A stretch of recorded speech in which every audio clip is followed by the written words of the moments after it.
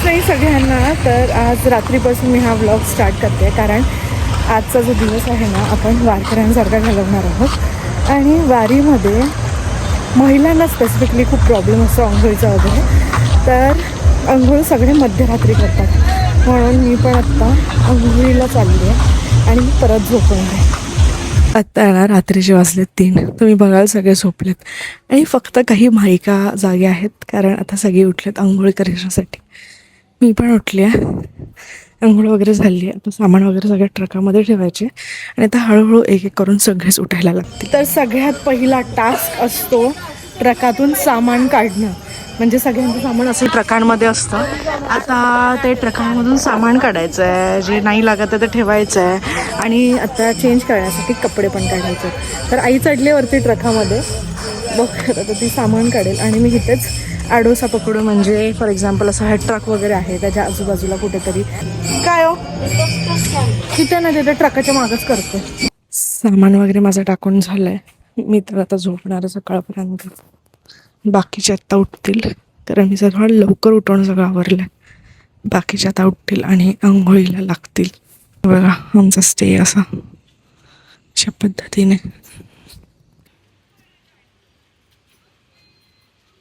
तर आत्ता वाजल्यात सकाळचे 6:30 आणि दिंडी हे बघा दिंडी निघाली आहे. म्हणजे दिंडी आहे ती निघाली आहे. मी आता लगेच आवरणार आणि त्यांना गाठणार. म्हणजे 15 मिनिटातच स्कूलपर्यंत जातील. तोपर्यंत मी दिंडी जॉईन करेन. लवकर झोपले असेल ना मी खूप आजारी पडले असेल. घसा वगैरे सगळं दुखत लागेल. आत्ता मी झालेली आहे रेडी आणि जस्ट दिंडी निघाली. आता मी दिंडी गाठे आणि आता पुढे 21 नंबरमध्ये जाणार आहे आज. कारण रिंगणात पुढे जाता येईल आपल्याला म्हणून आज सकाळचा लवकरचा रिंगण आहे. चला आपण लवकर आटपून जाऊ.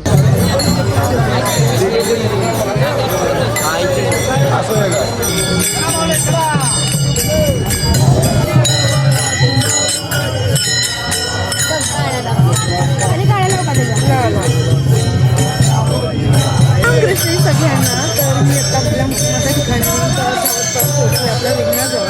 कारण आज तर रिंगण जाण्याला खूप लवकर होतं आणि उशीर करून चालू शकत नाही. त्यामुळे आत्ता माझं साधारण 8:30 आणि मी ऑलरेडी आले आहे. पुढेच फटाच्या रिंगणा होते. आत्ता ग्राउंडमध्ये आली आहे. सगळ्या ज्या मानांच्या दिंड्या आहेत सगळ्या ज्या मानांच्या दिंड्या आहेत त्या फेरी घेतात करतात.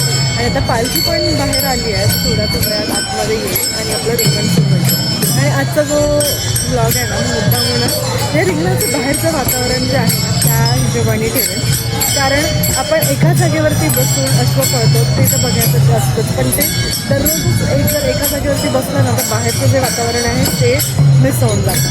तर त्याच्यामुळे आज आपण बाहेरचं वातावरण कॅप्चर केलं. बाहेर किती मजा चालू असते ना वारकऱ्यांची ते तुम्हाला बघा. तर आता पुढे 12 नंबरची दिंडी ह्यांचं काहीतरी प्लॅनिंग चाललं आहे. मस्त खेळ वगैरे चालत. आता मस्त धावत पळत येतील असं माझा हिशोब आहे. बघूया तुम्हालाही लागतं. आता इथे जर तुम्ही बघाल तर हे सगळे लोक सकाळपासून बसलेत अश्वाचं दर्शन घेण्यासाठी. जो अश्व रिंगणात पळतो ना ते बघण्यासाठी. आणि सगळे रिंगणाची आतुरतेने वाट बघत असतात. सोहळा आहे ना खरंच शब्दात मांडण्यासारखं अजिबात नाही आहे. भावना रिलेटेड. आणि नयन शिंदे यांनी आठवणीने बॉटल आणली आहे कारण रिंगणात पाणी भेटत नाही म्हणून. त्यांना माऊलींची पालखी एकदम जवळ आली आहे आणि सगळे लगेच उत्साह बघा माऊली माऊली करून ओरडायला लागले.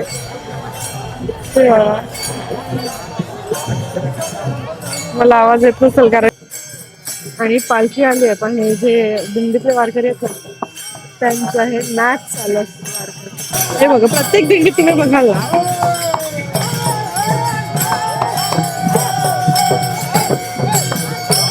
आता ना संपूर्ण रिंगण जे मानांच्या दिंड्या असतात त्या कशा पळतात तुम्हाला दाखवतो. आता पालखी आलेली असताना इतर वेळेस बाकीच्या ज्या दिंड्या त्याही पळतात पण आता सध्या मानांच्या दिंड्या.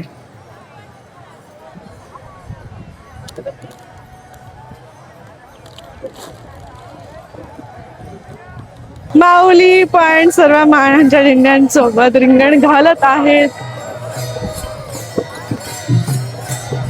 थांबा दाखवते.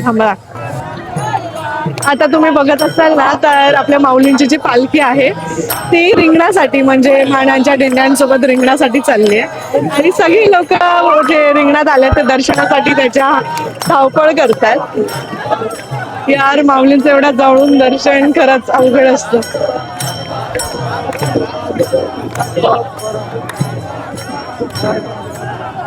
बस का?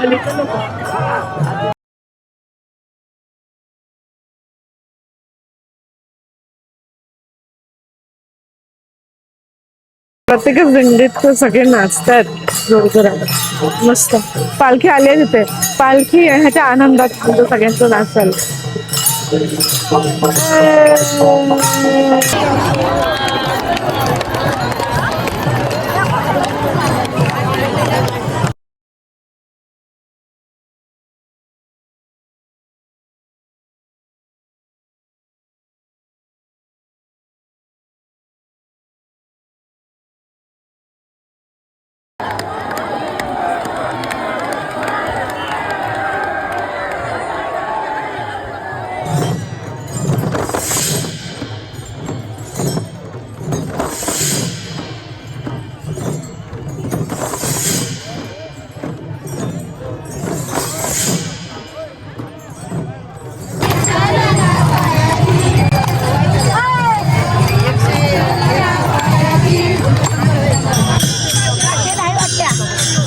काही बोल.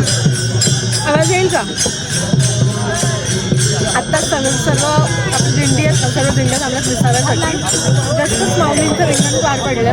वाजले 11:30 आणि आता सगळे थांबलेत विसाव्यासाठी. नाश्ता चालला हे बघा. आता आमचा नाश्ता आहे जिलेबी फाफडा.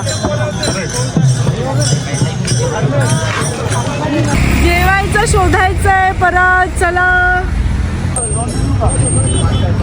ताई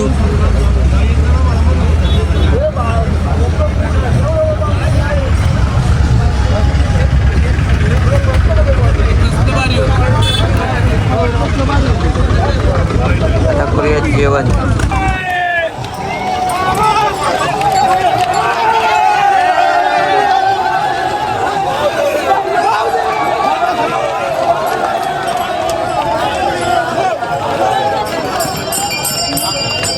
आता आहे ना 10 झाला जस्ट आणि खूप भूक लागलेली. काय कळत नव्हतं काय करावं. तर एक दादा भेटलेला आम्हाला तिथे. तर म्हणलं माझं जवळच हॉटेल आहे, तुम्ही नंतर या, कधीतरी आला तरी या.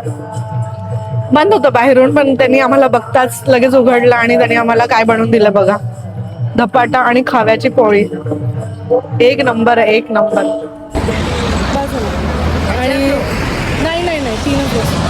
आणि तिथे आतमध्ये जे आहे ना खूप इंटिरियर आहे आमचं आत्ताचे. आणि तिथे पाण्याची दिंडीसाठी स्पेसिफिकली काही अशी सोय नाही आहे. तर त्यासाठी आम्ही दरवर्षी प्रयत्न करतो की त्या स्टॉपला ॲटलिस्ट पाणी वाटप करावं. इतरही ठिकाणी करतो पण त्या ठिकाणी आवर्जून करतो. कमी का होईना.